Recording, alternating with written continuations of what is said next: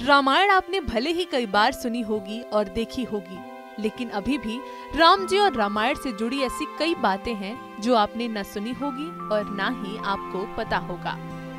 जैसे कि जब भगवान राम की शादी हुई तो वो कितने साल के थे, कितने साल में वो वनवास गए, राम भक्त हनुमान पर रावण की कौन सी बेटी मोहित हो गई थी और क्या उनकी शादी हुई थी या नहीं। इन सभी सवालों के जवाब हमारी टीम ने धर्म ग्रंथों के जानकारों से जानने की कोशिश की। जैसे कि क्या भगवान श्री राम ने सीता माता से पहले किसी और कन्या को देखा था, और जब उनका माता सीता से विवाह हुआ तो उनकी उम्र क्या थी।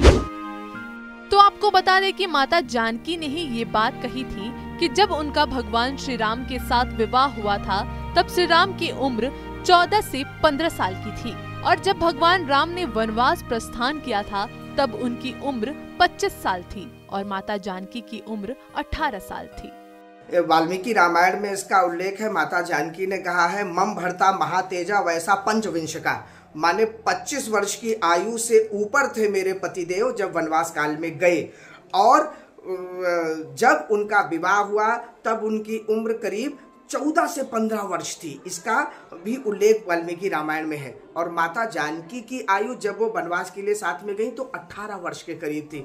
तो हम लोग अगर गणित लगाएं तो ये समझ में आएगा कि 25 वर्ष से तो ऊपर ही श्री राम अयोध्या जी से वनवास के लिए गए हैं। रावण की कितनी पत्नियां थी, कितने बेटे बेटियां थे, क्या वाकई में रावण के 1 लाख पूत और 1.25 लाख नाती थे। लंकाधिपति रावण की पत्नी मंदोदरी को पतिव्रता धर्म का पालन करने के लिए देवी अहिल्या के बराबर माना जाता है। फिर भी मंदोदरी के अलावा रावण की 2 पत्नियां थीं। रावण की दूसरी पत्नी का नाम धन्यमालिनी था। तीसरी पत्नी के बारे में कहा जाता है कि रावण ने उसकी हत्या कर दी थी। इसके अलावा कहा जाता है कि रावण के 1 लाख पूत और 1.25 लाख नाती थे। लेकिन इस बात में कितनी सच्चाई है, आइए जानते हैं। रावण के मुख्य पुत्रों में जैसा कि मैंने कहा 3 धर्म पत्नियां मंदोदरी, धन्यमालिनी और तीसरी माता का उल्लेख मतलब अज्ञात है। तो मंदोदरी से मेघनाद और अक्षय कुमार ये मुख्य रूप से उल्लेख आता है, जिनका आप लोग जानते हैं। तो अब मेघनाद की जो धर्म पत्नी थी सती सुलोचना, इंद्रजीत भी मेघनाद का नाम है, उसके बारे में तो उल्लेख है। उसके बाद जो धन्यमालिनी जो पत्नी थी उनसे आपका विरूपाक्ष नाम का हुआ, और उससे आपका तृष्णा नाम का राक्षस हुआ, ये सब धन्यमालिनी से हुए। और तीसरी जो धर्म पत्नी थी जो अज्ञात है, उनसे नारांतक, देवांतक इस प्रकार के पुत्र हुए।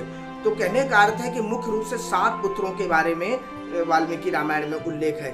हाँ, एक कहावत कही जाती कि 1 लाख पूत 1.25 लाख नाती, ता रावण घर दिया न बाती, लेकिन ऐसा ग्रंथों में कहीं उल्लेख नहीं है। मुख्य रूप से 7 पुत्रों का, 5 से 7 पुत्रों का उल्लेख है, जिसमें से इंद्रजीत और अक्षय कुमार मुख्य हैं। धूमकेतु, विरूपाक्ष, नारांतक, देवांतक, तृष्णा, अक्षय कुमार, ये सारे पुत्र और साथ में। विवाह का उल्लेख केवल इंद्रजीत का आया है, जिनका सुलोचना के साथ हुआ। रावण की बेटी कौन थी, कैसे वो भगवान के परम भक्त हनुमान पर मोहित हुई, और क्या उन्होंने हनुमान जी की मदद की थी लंका पहुंचने में। तो धर्म ग्रंथों के मुताबिक रावण की तीसरी पत्नी से उन्हें एक बेटी हुई थी, स्वर्णमत्स्य, जो राम जी के परम भक्त हनुमान जी पर मोहित हो गई थी। इतना ही नहीं, उन्होंने भगवान हनुमान की लंका तक पहुंचने में मदद भी की थी।